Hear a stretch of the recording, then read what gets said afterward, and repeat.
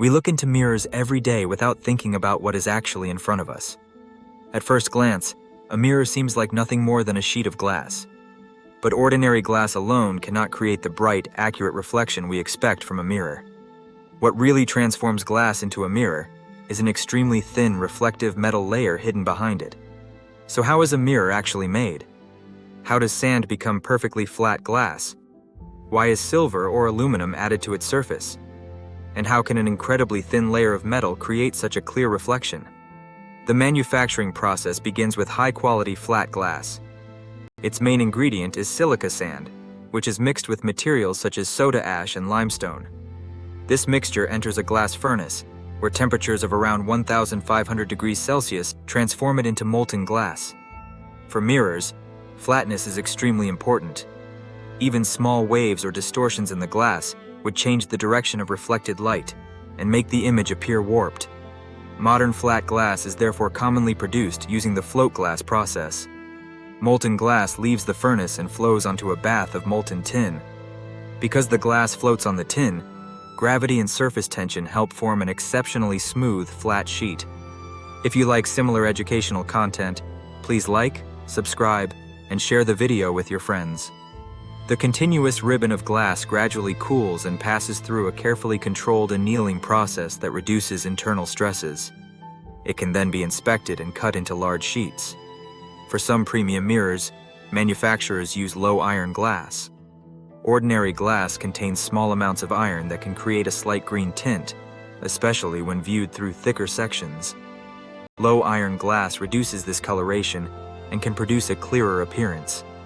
At this stage, however, we still do not have a true mirror. We simply have an extremely flat sheet of glass. To transform it into a mirror, the surface must first be thoroughly cleaned. Dust, grease, minerals, or microscopic contamination could prevent the reflective coating from forming evenly and create visible defects.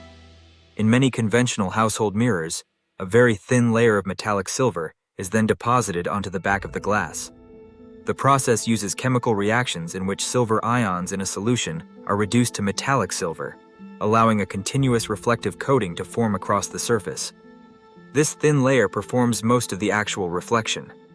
When you stand in front of the finished mirror, light from your face travels through the glass, reaches the reflective metal layer, and is reflected back through the glass toward your eyes. So in an ordinary household mirror, the main reflection does not actually occur at the front surface. The reflective coating is behind the glass. Silver is excellent at reflecting visible light, but leaving it exposed would create another problem. Moisture, chemicals, and environmental contamination could gradually damage the metal and create dark spots or other defects. Manufacturers therefore add protective coatings behind the reflective layer. Depending on the mirror and manufacturing process, these can include specialized protective layers and paints designed to isolate the metal from the surrounding environment. Historically, copper layers were commonly used as part of this protection, while many modern mirrors use copper-free manufacturing processes. The large coated sheets can then be cut into individual mirrors.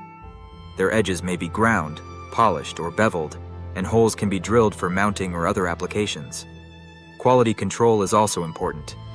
Manufacturers inspect mirrors for scratches, coating defects, dark spots, distortions, and imperfections in the glass that could affect the reflected image. Once the reflective coating has been added, a mirror can return much of the visible light that reaches it. But the reason we see a recognizable image rather than a random glow is that the surface is extremely smooth.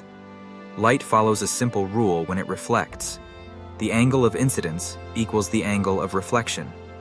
If a ray of light strikes a mirror at a particular angle, it leaves at the same angle on the opposite side of the surface normal. Because millions of light rays follow this predictable behavior, the spatial information contained in the light is preserved. Light coming from your face travels toward the mirror, reflects from it, and enters your eyes.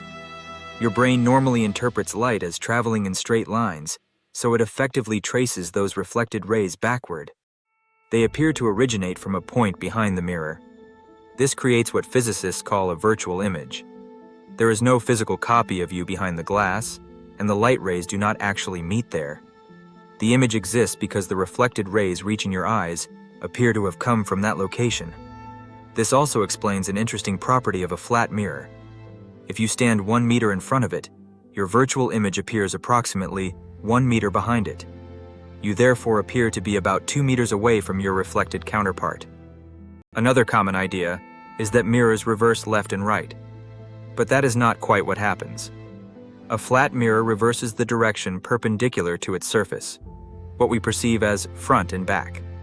Your left hand remains on the left side of the mirror, and your right hand remains on the right. The confusion comes from imagining that the person in the mirror has turned around to face us.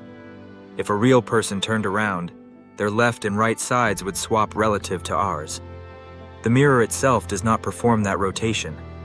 Not all mirrors are flat, however. A convex mirror curves outward. Reflected rays spread apart, creating a smaller virtual image while providing a much wider field of view. This is why convex mirrors are useful in vehicles, shops, parking garages, and dangerous road intersections. You can see a larger area, although objects may appear smaller and therefore farther away. A concave mirror curves inward. Depending on the distance between the object and the mirror, it can create enlarged, reduced, upright, or inverted images. Concave mirrors are used in applications ranging from cosmetic mirrors to headlights and astronomical telescopes because they can also concentrate incoming light. Then there are so-called one-way mirrors. Despite the name, they are not truly one-way. They use a partially reflective surface that reflects some incoming light while allowing some to pass through. The effect depends heavily on lighting. If one room is brightly illuminated and the other is dark, a person on the bright side sees a strong reflection because plenty of light from their own room is reflected back. Someone on the dark side receives relatively little reflection from their own room and can see much more of the light passing through from the bright side. If both rooms were illuminated equally, the mysterious one-way effect would become much weaker. There is also an important difference between ordinary household mirrors and first surface mirrors. In a normal mirror, light passes through the glass before reaching the reflective layer.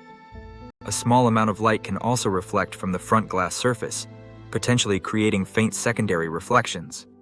In a first surface mirror, the reflective coating is placed directly on the front.